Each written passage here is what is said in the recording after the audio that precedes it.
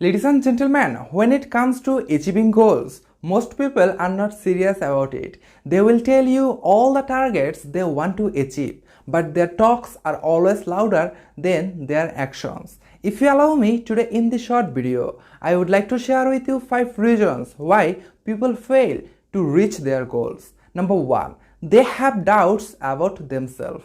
People often have doubts on their goals and they do not believe in their abilities.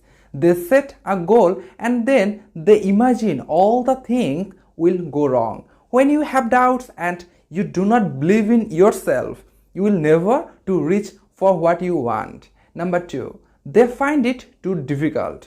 It's really difficult. If it wasn't difficult, then everyone would be doing it. Nobody becomes successful without having any problems to overcome. Number 3, lacking a higher purpose. Goals can be set on any topic, but if you don't have a higher purpose, it makes easy to give up. When setting your SMART goal, ask yourself how the goal is relevant to your life and what you want to achieve. Number 4, procrastination. Even when you set SMART goals that are relevant to your purpose, if you don't get started, you will never achieve your goal.